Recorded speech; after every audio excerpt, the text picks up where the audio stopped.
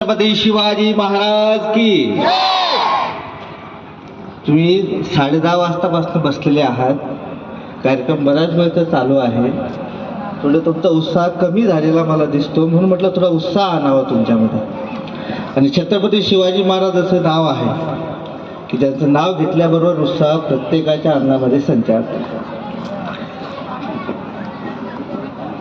विद्येची देवता माँ सरस्वती, एक आदर्श पुत्र, आदर्श पती, जाणता राजा छत्रपती शिवाजी महाराज, ज्यांनी पूर्ण विश्वामध्ये आपल्या देशाचं नावलौकिक केलं. असं विश्वरत्न, भारतरत्न डॉक्टर बाबासाहेब आंबेडकर, महात्मा ज्योतिबा फुले, ज्या पावनभूमीत आपण सगळे राहतो असे प्रसिद्ध महाराज आदरणीय प्रल्हाद महाराज यांच्या पावन स्मृतीत अभिवादन करतो. सर्वप्रथम मी या कार्यक्रमासाठी मला या ठिकाणी उद्घाटक म्हणून बोलवलं, त्याबद्दल मी SS हायस्कूलच्या पूर्ण प्रशासनाचे खूप खूप आभार व्यक्त करतो. आज या ठिकाणी आल्यानंतर एक वेगळी भावना मनामध्ये निर्माण झाली, कारण मला 10 वर्ष झाले मी पोलीस प्रशासनामध्ये काम करतो. बऱ्याच ठिकाणी कार्यक्रमाला जातो, बऱ्याच ठिकाणी मार्गदर्शन करायला जातो. तिथली जी परिस्थिती असते त्या ठिकाणी सगळी नवीन मंडळी असतात, आपल्याला जाऊन मार्गदर्शन करायचं असते आणि परत यायचं असते. पण आज मार्गदर्शन करणारा माझ्यासाठी सौभाग्याचा क्षण असा आहे की ज्या शाळेमध्ये मी शिकलो, ज्या शाळेमध्ये मी 11वी-12वीचं शिक्षण घेतलं, त्या शाळेमध्ये येण्याचा योग मला या निमित्ताने आलेला आहे. त्याच्यापेक्षा भाग्य असं आहे की ज्यांच्याकडून मी शिकलो त्यांच्या समोर आज बोलण्याची संधी मला मिळाली आहे. ज्यांनी मला शिकवलं असे आज मंचावरती उपस्थित आहेत. राऊत सर आहेत, चव्हाण सर आहेत, DR गवई सर आहेत, ज्यांच्याकडे मी राऊत सर यांच्याकडे 10वीपर्यंत शिकलो. मंचावर उपस्थित सर्वच मान्यवर आहेत, विशेषतः माझे सगळे शिक्षक आहेत की त्यांच्यामुळे मी या पदापर्यंत पोहोचलो. आज त्यांच्यासमोर बोलण्याची संधी मला मिळालेली आहे. त्याबद्दल एक वेगळा अभिमान मनामध्ये आहे आणि एक वेगळी भावना या कार्यक्रमाबद्दल मनामध्ये आहे. या कार्यक्रमासाठी येण्यासाठी जेव्हा जोशी सरांनी मला विचारलं की आपण असंच आम्ही प्रोग्राम ठेवतोय, आपल्या शाळेचा अमृत महोत्सव आहे, माननीय ज्या संस्थेचे सचिव शेखर शुक्ल भाऊ यांना मी बोललो जेव्हा की खेडकर साहेबांना बोलत, त्यांनी सांगितलं की निश्चित बोलवा. आणि मी त्यांना सांगितलं मी निश्चितच किती जरी काम असलं तरी मी या कार्यक्रमाला निश्चितच येईल. आणि तो योग आज घडून आलेला आहे. त्याबद्दल मी खरंच सगळ्यांचे खूप खूप आभार मानतो. मंचावर उपस्थित या कार्यक्रमाचे अध्यक्ष मान्य शेखरभाऊ शुक्ल, आपल्या गावच्या प्रथम नागरिक जगतापताई, सभापती सुनील भाऊ जगताप, माझा मित्र कृषी उत्पन्न बाजार समितीचे सभापती अनिल तुक्कर, मंचावर उपस्थित काकडे सर, ज्यांनी खूप सुंदर असं मार्गदर्शन आपल्याला केलेलं आहे की ज्यांचं काम पूर्ण महाराष्ट्रातच नव्हे तर आपल्या जिल्ह्यातच नव्हे तर महाराष्ट्रामध्ये पूर्ण ओळखलं जातं, असे काकडे सर. मंचावर उपस्थित जोशी सर, कार्यक्रमाचे प्रमुख पाहुणे आदरणीय जयश्री देशपांडे, मान्य श्री घनश्याम जोशी सर, या कार्यक्रमाचे ज्यांनी आयोजन केलं असं या कार्यक्रमाचे प्राचार्य आदरणीय भगत सर, मंचावर उपस्थित सर्व माझे गुरुवन हातेकर सर आहेत, ढोरे सर आहेत, DN पंचा सर आहेत, दसरे सर आहेत, रायबाई सर आहेत, ठोसरे सर आहेत, आणि माझ्या समोर ज्या सोबत मी या ठिकाणी बरेच दिवस काम केलं आहे तसे माझे सगळे शिक्षक मंडळी आहेत ज्यांनी खूप सूत्रसंचलन केलं. असे पादडे सर ज्यांनी 5वी ते 7वीपर्यंत मला शिकवलेलं आहे. आणि सर्वच माझे शिक्षक मित्रमंडळी ज्या शाळेमध्ये आहे, या सगळ्यांचं मी खूप खूप आभार व्यक्त करतो. उपस्थित सर्व साखरखेड्याचे आदरणीय वडीलधारी माझी आई भगिनी, बंधू भगिनींनो, या कार्यक्रमात येण्यासाठी खूप काही मनामध्ये घेऊन आलो. कारण आपलं जे गाव आहे हे साखरखेडा फत्तेखेडा नावाने ओळखलं जातं. गाव जरी छोटं असलं तरी खूप प्रख्यात आहे. गावामध्ये प्रल्हाद महाराजांचं मंदिर आहे, प्रसिद्ध महाराजांचा मठ आहे. पूर्ण महाराष्ट्रातून लोक आपल्या गावामध्ये येतात आणि आपल्या गावाचं जे शिक्षण आहे हे शिक्षणाची परंपरा राखण्याचं काम एस हायस्कूलने खूप चांगल्या प्रकारे केलेलं आहे. जोशी सरांनी खूप चांगल्या प्रकारे आपल्याला मार्गदर्शन केलं की कशा प्रकारे या शाळेने आपला प्रगतीचा आलेख हा उंचावलेला आहे.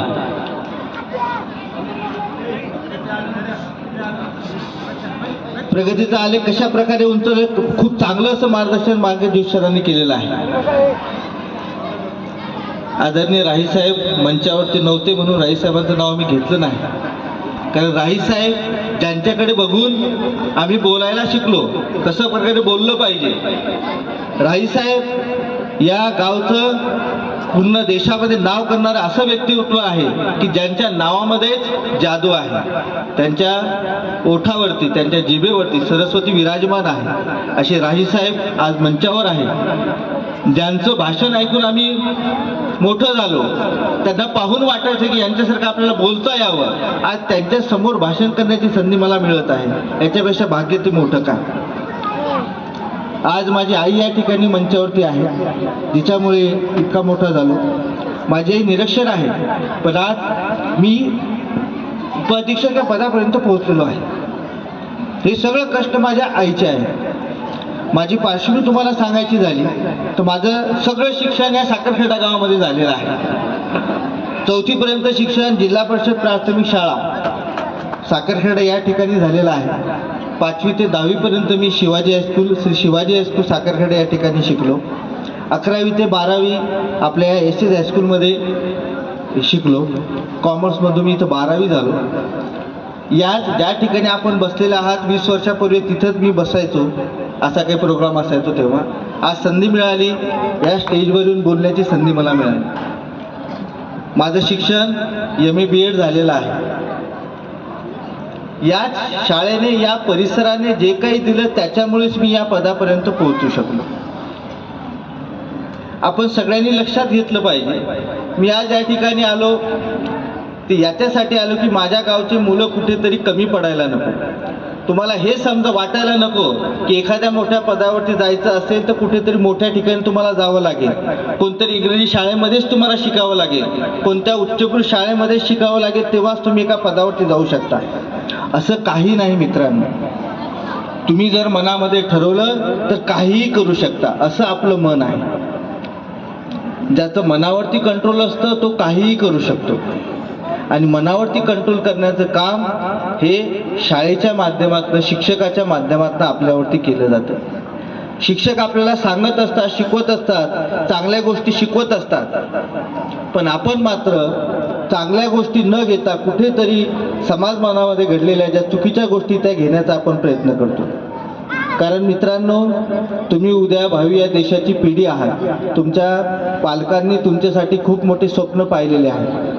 आपण सगळी शेतकऱ्यांची मुलं आहोत. आपल्या सगळ्यांना माहीत आहे की आपण शेतामध्ये जेव्हा जातो, शेतामध्ये जेव्हा एखादं पीक आपण लावतो, ते पिकापेक्षा शेतामध्ये इतरच वस्तू जास्त वाढतात. काय वाढतं पिकामध्ये असतं?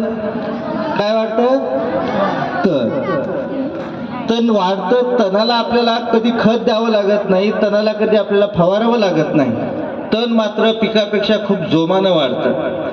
आणि जे पीक आपण, जसे आपण कपाशी लावतो शेतामध्ये, त्या कपाशीला मात्र आपल्याला जपावं लागतं, त्याला खत द्यावं लागतं, त्याला आपल्याला फवारावं लागतं, तेव्हा कुठे कपाशी ही चांगली होते. तसं आपल्या आयुष्यामध्ये चांगल्या गोष्टी ह्या आपल्याला रुजवाव्या लागतात. तण जसं हे आपचिक वाढतं तसं वाईट गोष्टी ह्या खूप मोठ्या झपाट्याने वाढत असतात. त्या आयुष्यातल्या तण आपल्याला कमी करावं लागतं. आता तुम्ही म्हणाले तण आणि आम्ही शेतातलं समजते, आम्हाला हे गाजर गवत आहे, ही कपाशी आहे, आयुष्यात कसं समजावं? त्यासाठी खूप सोपं सूत्र तुम्हाला मी सांगतो. जी गोष्ट केल्यानंतर तुम्हाला समाधान वाटेल, जी गोष्ट केल्यानंतर ती गोष्ट तुम्ही तुमच्या आई वडिलाला सांगू शकता, तुम्ही तुमच्या शिक्षकाला सांगू शकता, तुम्ही तुमच्या बहिणीला सांगू शकता, भावाला सांगू शकता, ती गोष्ट म्हणजे चांगली गोष्ट. आणि जी गोष्ट करताना मनामध्ये जेव्हा पाल चुकचुकते की जर बाबाला माहीत झालं तर काय होईल, जर शिक्षकांना माहीत झालं तर काय होईल, जर ही गोष्ट आपल्या बाहेरच्या लोकांना माहीत झालं तर काय होईल, जेव्हा अशी पाल मनामध्ये चुकचुकते ते असते तण. आणि जेव्हा आपण वाईट गोष्ट करतो तेव्हा ती पाल मनामध्ये 100% चुकचुकते ना. लक्षात चुकचुकते का तुमच्या? चुकीचं करताना चुकचुकते ना. चांगलं करताना काही वाटते का? अभ्यास करताना कधी वाटलं का की नको करायला? वाटते का कधी? नाही. आणि एखादी गोष्ट जेव्हा आपण करतो त्याचं ॲनालिसिस तुम्हाला करायचं, विश्लेषण तुम्हाला करायचं, ही योग्य आहे का अयोग्य आहे. जेव्हा तुम्ही त्याचा संदर्भ समजून घेतला की ही योग्य आहे, ही मी करायला पाहिजे, ही जर केली तर माझा व्यक्तिमत्व विकास होणार आहे, माझ्या शिक्षकाला चांगलं वाटणार आहे, माझ्या कुटुंबाला चांगलं वाटणार आहे, कुठेतरी ते माझं नाव करतील, ती गोष्ट करायला शिका. जी गोष्ट केल्यानंतर पण तीच गोष्ट जी असते जी मनामध्ये पाल चुकचुकते ती गोष्ट मात्र आपल्याला मित्राला सांगितलं, मैत्रीला सांगितलं, ती मात्र खुश होते. चुकीच्या गोष्टी जेव्हा आपण मैत्रीसोबत किंवा मैत्रिणीसोबत चर्चा करतो तेव्हा मात्र तो म्हणतो बरोबर आहे, कारण तो तशाच गोष्टीचा आपल्याला सपोर्ट करत असतो. त्याच्यामुळे चांगल्या गोष्टी करायला शिका, त्याचं ॲनालिसिस करायला तुम्ही शिकलं पाहिजे. आणि हे सगळं तुमच्या मनावरती अवलंबून आहे. आता मनावरती कसं अवलंबून आहे? ज्याचं मन कंट्रोल करू शकतो तो माणूस काही करू शकतो. आता मन काय करू शकतो त्यासाठी आपण एका मिनिटाचा खेळ खेळू. लक्षात आलं? सगळ्यांनी आपले दोन्ही हात असे घ्या, दोन्ही हात एकमेकाला चिपकवा, बोट बघा सगळे सारखे आहेत, सारखे आहेत ना? नाही? अरे बाबा एकमेकाला चिपकले दोन्ही बोट तर सेमच आहेत ना, बरोबर आहे ना? असे दोन्ही सारखे आहेत. बर, आता 1 मिनिट म्हणायचं, हात बाजूला करा. माझ्या डाव्या हाताचं मधलं बोट वाढत आहे. म्हणा पटपट म्हणा, माझ्या डाव्या हाताचं मधलं बोट वाढत आहे, माझ्या डाव्या हाताचं मधलं बोट म्हणा, माझ्या डाव्या हाताचं मधलं बोट वाढत आहे, माझ्या डाव्या हाताचं मधलं बोट वाढत आहे. म्हणा, माझ्या डाव्या हाताचं मधलं बोट वाढत आहे, माझ्या डाव्या हाताचं मधलं बोट वाढत आहे, माझ्या डाव्या हाताचं मधलं बोट वाढत आहे, माझ्या डाव्या हाताचं मधलं वाढत आहे. बोलले? आता जोडा हात. कोणाकोणाच्या डाव्या हाताचं मधलं बोट वाढलं सांगा. वाढलंय का? जर तुमच्या वस्तू जर कंटिन्यू तुम्ही बोलत गेले, जर जी गोष्ट वाढू शकत नाही, हे कोणीही करून पहा, मुलांनीच नाही आपणही करून पहा, मोठ्या व्यक्तीने जरी करून पाहिलं, कंटिन्यू एक मिनिट म्हणायचं कंटिन्यू आणि करून पहा, निश्चित तुम्हाला तुमचं बोट वाढलेलं दिसेल. जर एका मिनिटात न वाढणारी गोष्ट जर वाढू शकते तर तुम्ही जर ठरवलं तर तुम्ही काहीही करू शकता. त्याच्यामुळे मनावरती कंट्रोल करायला शिका. जो व्यक्ती मनावर कंट्रोल करतो, योग्य अयोग्य जाणतो, तो त्या व्यक्तीसाठी जगामध्ये कोणतीच गोष्ट अशक्य नाही. आज मी या पदावरती पोहोचलो, माझ्यासाठी अशा कोणत्याच गोष्टी नव्हत्या ज्या सुटेबल होत्या. माझे वडील सगळ्यांना माहिती, स्टेजवर बसल्या लोकांना, माझे वडील स्टेट बँकेमध्ये शिपाई पदावरती कार्यरत होते.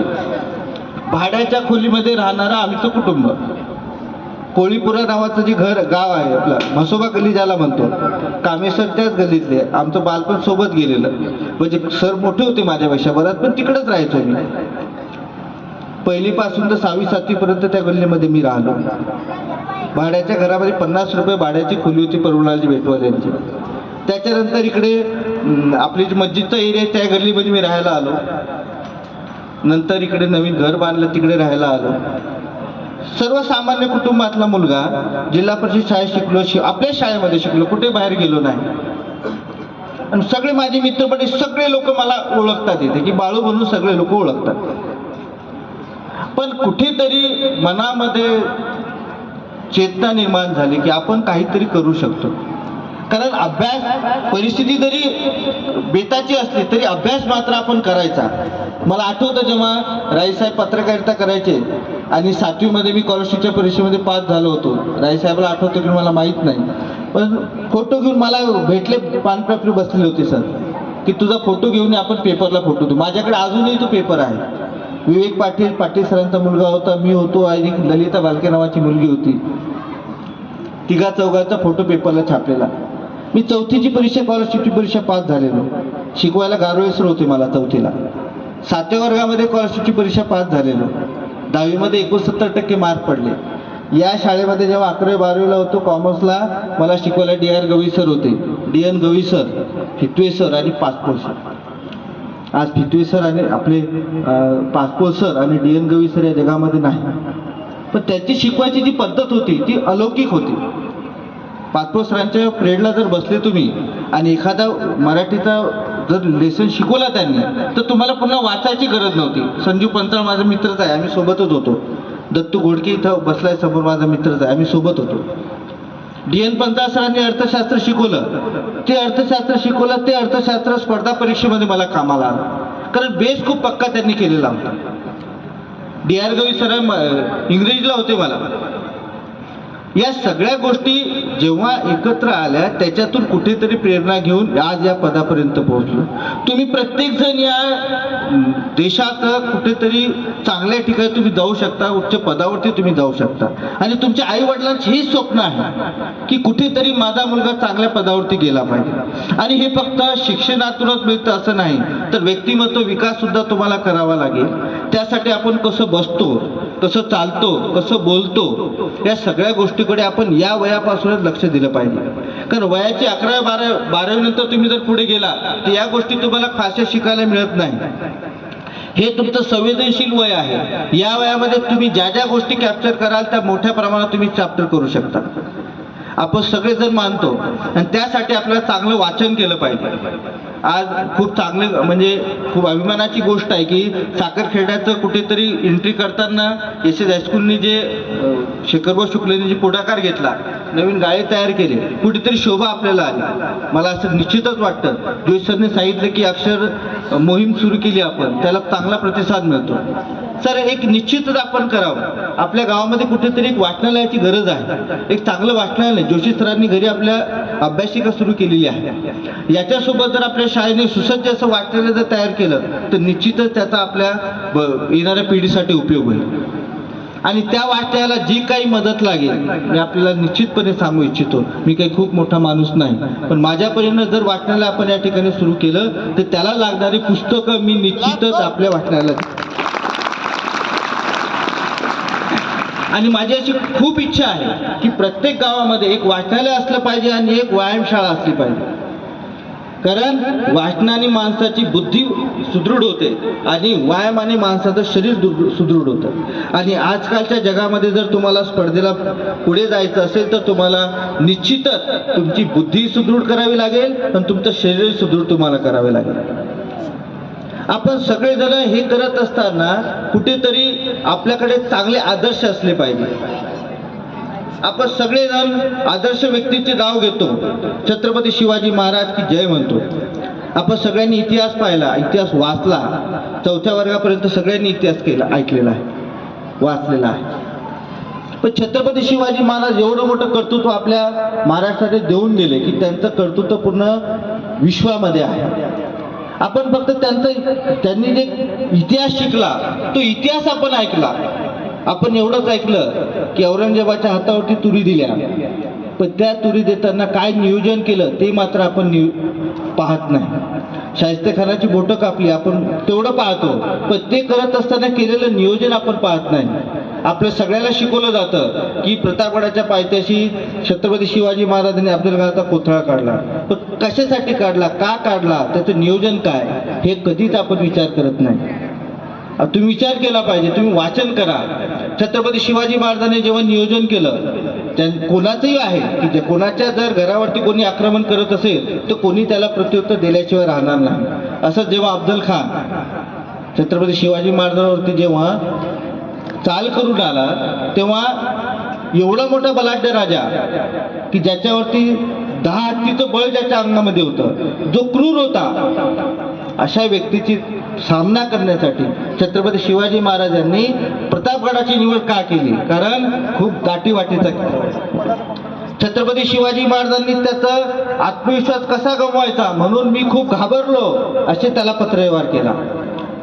छत्रपती शिवाजी महाराजांनी त्याला मी घाबरलो म्हणून तिकडे येऊ शकत नाही कारण त्याची फौज अफाट होती, महाराजांकडे खूप कमी सैन्य होतं, म्हणून त्याला आपल्या वकिलामार्फत प्रतापगडाच्या पायथ्याशी बोलवलं.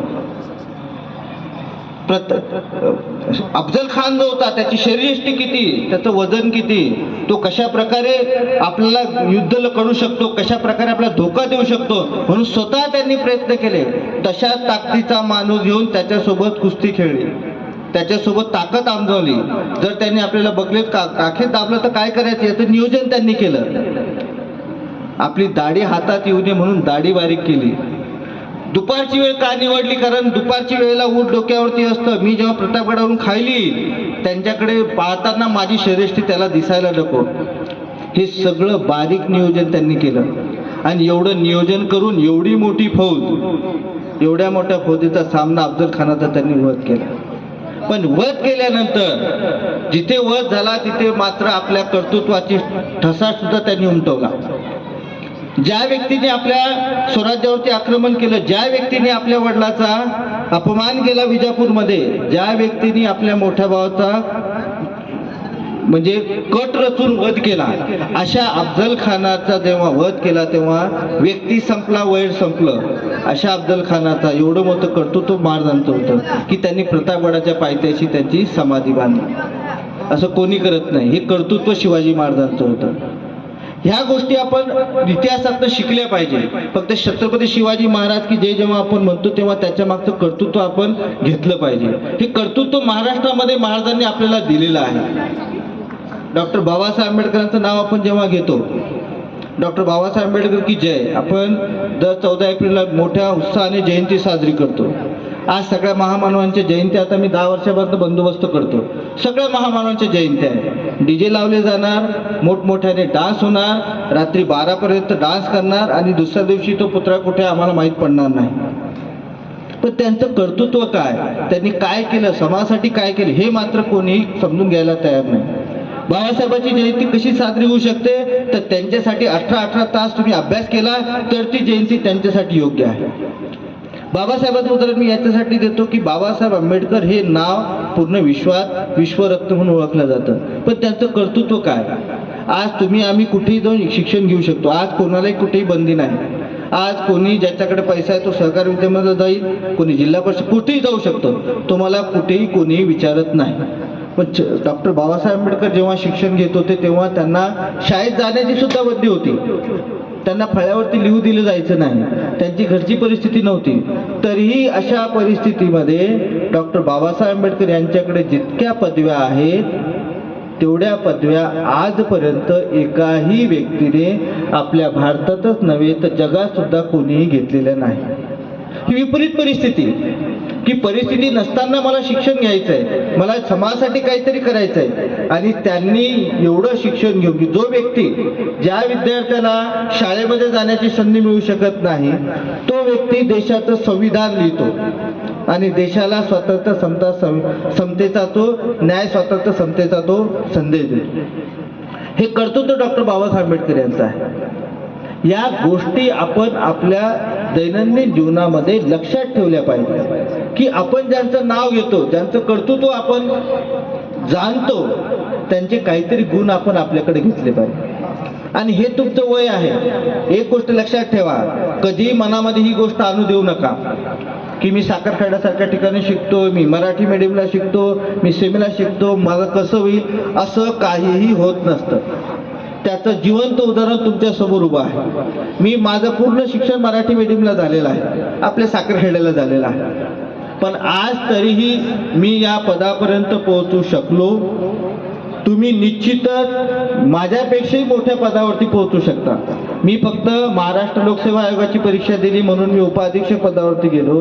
तुम्ही जर राष्ट्रीय म्हणजे UPSCची परीक्षा दिली, नॅशनल लेवलची परीक्षा दिली, तुम्ही IPS सुद्धा होऊ शकता, तुम्ही SP सुद्धा होऊ शकता.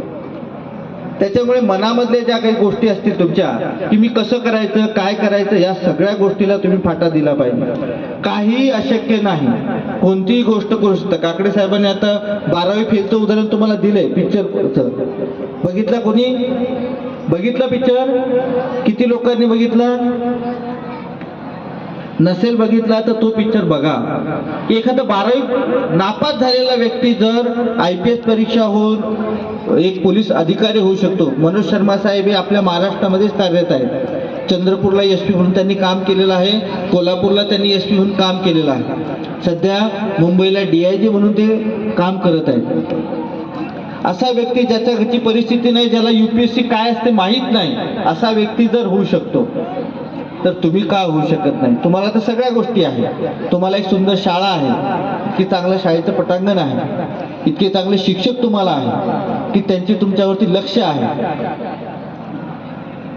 अशा परिस्थिती असताना तुम्ही निश्चितच या देशासाठी, आपल्या गावासाठी, आपल्या राज्यासाठी काहीतरी आपण करू शकतो, आपल्या कुटुंबासाठी आपण करू शकतो. त्याच्यामुळे आपल्या सगळ्यांना मी अशी विनंती करेन की सगळ्यांनी आपापले ध्येय निश्चित करा आणि हे ध्येय जर पूर्ण करायचे असेल तर त्यासाठी मेहनत करावी लागते. बिना मेहनतीचं काहीच मिळत नाही. मेहनत जर केली नाही तर काहीच मिळत नाही. जोपर्यंत आपण मेहनत करणार नाही आपल्याला काहीच मिळणार नाही. त्याच्यामुळे आपण सगळ्यांना मी कळकळीची विनंती करेन की आपण आपल्या आईवडिलांचं ध्येय निश्चित करा. आणि इथं पालकही उपलब्ध आहेत. मी पालकांनी अशी विनंती करेल की आपल्या मुलांच्या ज्या आवडीनिवडी आहेत त्या आपण जपल्या पाहिजे. जर मुलाची आवड एखादी खेळामध्ये असेल ती आपण जपली पाहिजे. एखादा मुलगा म्हणत असेल की मला ड्रॉइंगमध्ये इंटरेस्ट आहे, त्याचं आपण ते कौशल्य जपलं पाहिजे. त्याला जबरदस्ती एखाद्या ठिकाणी ढकलू नका की तू MPSC कर, तू डॉक्टरच हो, तू इंजिनियरच हो. ज्या क्षेत्रामध्ये तुम्हाला जायचं त्या क्षेत्रामध्ये जावा, पण तिथे उच्च पातळी ठेवा. कुठेही जर तुम्ही गेले आणि चांगलं काम केलं तर निश्चितच तुम्हाला कुठेही कोणी कमी म्हणत नाही. आज बरेच असे शेतकरी माझे मित्र आहेत की त्यांचं खूप चांगल्या प्रकारे ते शेती करतायत की त्यांची शेती बघायला आजूबाजूच्या पंचक्रोशीतील लोक येतात. जे काही काम करायचं ते मन लावून करा, चांगल्या प्रकारे करा. मग तो अभ्यास असेल का इतर गोष्टी असेल. कारण हे करत असताना तुम्ही तुमच्यावरच ते अवलंबून असतं. तुम्हाला सगळ्याला माहित आहे की आज इथे कार्यक्रम चालू आहे, आपलं मन आहे ते तुमच्या मनावरच तुम्ही कंट्रोल करू शकता. तुम्हाला खेळायला जर सोडलं तर थकवा येतो का? कधी येतो का? कधी थकवा? मुलींना जर गप्पा करायचं म्हटलं थकवा येतो का? थकले कधी? असं कधी झालं का की गप्पा केल्या आणि मी खूप थकलो, असं होतं कधी? खेळायला गेलो आणि मी थकलो, असं होतं कधी? होत नाही. कारण या गोष्टी करत असताना आपण आपले ज्ञानेंद्रिय सगळे एकत्र केलेले असतात. ज्ञानेंद्रिय माहिती आहे सगळ्यांना, बरोबर? हे सगळे ज्ञानेंद्रिय आपण एकत्र करतो. ज्ञानेंद्रिय म्हणजे नाक, कान, डोळे, त्वचा आपली सगळी, आणि सगळं मन लावून आपण करतो. पण जेव्हा अभ्यासाला बसतो मात्र तेव्हा असं होत नाही. तेव्हा किती वेळ बसतो एक जण अभ्यासाला? जास्तीत जास्त वेळ अर्धा तास, पाऊण तास, बरोबर आहे? मग काय काय सुरू होतं? पायाला मुंग्या यायला सुरू होतात, कंबर दुखायला लागते, पाठ दुखायला लागते, लागतेच ना? का? कारण त्यावेळेचं लक्ष तिथे राहत नाही. एखादा पिक्चर आपण बघतो, पिक्चरची स्टोरी जर 2 वर्षांनी विचारली तरी पूर्ण पाठ असतेच ना? सैराटची स्टोरी सगळ्याला माहीत असेल, आहे ना?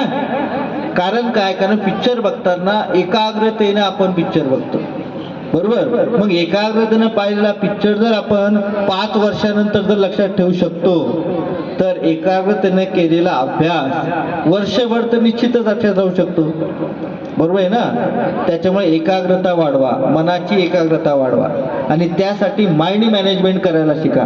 आता माइंड मॅनेजमेंट म्हणजे काय? तर दररोज आपल्या मनाला चांगलं चांगलं सांगणे. माझा अभ्यास होत आहे, मी सुंदर दिसतो, बरोबर आहे, मी चांगला राहतो, मी अभ्यास करतो, चांगलं चांगलं बोलायचं. यावर्षी मला चांगले मार्क पडणार आहे, मला हे करायचं आहे. पॉझिटिव्हली मनाला संदेश देत चला. जेवढे पॉझिटिव्ह संदेश मनाला द्याल तेवढंच पॉझिटिव्ह त्यातून बाहेर पडेल. या गोष्टी जर तुम्ही केल्या, निश्चित करा, त्याचा सराव करा, तर निश्चितच तुम्हाला यश मिळाल्याशिवाय राहणार नाही. आणि तुम्ही सुद्धा भविष्यामध्ये अशा या स्टेजवर येऊन तुम्हाला भाषण करण्याची संधी निश्चितच मिळेल. फक्त तुम्ही स्वतःला मनाची तयारी करा आणि तिथपर्यंत आपण पोहोचा. आपण सगळ्यांना मी खूप खूप शुभेच्छा देतो. खूप वेळ झालेला आहे, बोलण्यासारख्या खूप गोष्टी आहेत की ज्या तुमच्यापर्यंत शेअर करणं गरजेचे आहे, पण ते शिक्षक मंडळी खूप चांगले आहे. माझे मित्र जोशी सर आहे, आम्ही सोबत अभ्यास केला. जोशी सरांनी शाळेकडे थोडं लक्ष दिलं. आम्ही दोघं सोबत, ज्या वर्षी मी परीक्षा पास झालो त्या वर्षी आम्ही सोबत होतो. पण त्यावेळेला 10वीच्या परीक्षा होत्या. सरांना म्हटलं सर थोडं ॲडजस्ट करा. सर म्हणजे सर परीक्षा सोडून जाता येणार नाही. त्याच्यामुळे मुख्य परीक्षा सरांची राहिली. त्यावेळेला मी पुढे निघून गेलो. पण खूप चांगले सर, शिक्षक, सगळे शिक्षक इथले चांगले आहेत. आपले जोशी सर असतील, भगत सर आहेत, रबडे सर आहेत, सगळ्याच कांबळे सर आहेत, गर्गे सर आहेत. ते चांगले लोक या ठिकाणी आहेत की जे तुम्हाला चांगलं ज्ञान देण्याचं काम करत आहे. इतरही सगळा चांगला स्टाफ या ठिकाणी आहे. आणि शाळेची जी गुणवत्ता आहे ही पहिलेपासूनच खूप चांगली आहे. कारण छत्रपती शिवाजी शाळा, आपली शिवाजी शाळा आणि SS स्कूल, या दोघांमध्ये नेहमी कॉम्पिटिशन असायचं. मी जेव्हा 10वीला होतो तेव्हा आमचे पेपर इथे असायचे आणि इथले पेपर शिवाजी शाळेत असायचे. आणि कॉफी अजिबात चालत नव्हती, अजिबात. दोन्ही ठिकाणी इकडे माई सर होते 10वीला मी असताना आणि तिकडे सावजी सर होते. प्रत्येक माई सर या हॉलमध्ये कधी यायचे आणि कधी बाहेर निघायचे समजत नव्हतं परीक्षेला. आणि पूर्ण वेळ 3 तास फक्त या खोल्यांमध्ये फिरायचं काम करायचं. त्यावेळेला खूप चांगल्या प्रकारची अशी एज्युकेशन सिस्टीम होती. आणि शैक्षणिक गुणवत्ता साखरखेड्याची खूप चांगली आहे. चांगले लोक या ठिकाणी घडत आहेत आणि तुमचंही भविष्य खूप उज्ज्वल आहे. त्या भविष्याला फक्त आकार देण्याचं काम आपण करावं. आपल्या आई वडिलांचं स्वप्न लक्षात ठेवावं की त्यांनी आपल्यासाठी काय केलंय, त्यांचे कष्ट लक्षात ठेवा आणि निश्चितच ध्येयाकडे बघून पुढे जा. आपण निश्चितच यशस्वी व्हाल. पुन्हा एकदा या प्रशासनाचे खूप खूप आभार व्यक्त करतो. आज एवढी मोठी संधी माझ्यासाठी दिली. आतापर्यंत खूप ठिकाणी मार्गदर्शन करण्याचा योग मला आला. कारण जवळपास माझी आता 25-26 वर्ष झाले. 14 वर्ष जिल्हा परिषद शिक्षक म्हणून काम केलं, 2 वर्ष शिक्षण विस्तार अधिकारी म्हणून काम केलं आणि मागचे 10 वर्ष झाले मी पोलीस प्रशासनामध्ये काम करतो. त्याच्यामध्ये चंद्रपूर येथील गडचांदूर असेल, बीड आहे, बीड सिटीला मी काम केलं, जालन्याला काम केलं. या ठिकाणी काम करत असताना बऱ्याच ठिकाणी जाण्याचा योग आला आणि मार्गदर्शन करण्याचा योग आला. पण माझ्यासाठी हा खूपच अलौकिक असा योग आहे की ज्याच्यामुळे आज माझ्या गावाच्या मध्ये ज्या माझी कर्मभूमी आहे त्या ठिकाणी मला येण्याचा योग मिळाला आणि संधी, आणि ज्यांनी मला शिकवलं अशा सगळ्या गुरुजनांसमोर मला बोलण्याची संधी मिळाली. त्याबद्दल मी खरंच या पूर्ण शाळेचे खूप खूप आभार व्यक्त करतो. आपल्या सगळ्यांचे आभार व्यक्त करतो. आपण 10 वाजतापासून इथे आलात आणि संयम ठेवून या ठिकाणी कार्यक्रम ऐकत आहात. आपल्या सगळ्यांचे आभार व्यक्त करतो. सर्व शिक्षक मंडळी, माझे मित्रपरिवार, सर्वांचे आभार व्यक्त करतो आणि माझे 2 शब्द संपवतो. आणि काही जर माझ्याकडनं बोलत्यातून कमी जास्त झालं असेल तर दिलगिरी व्यक्त करतो आणि 2 शब्द संपवतो. धन्यवाद.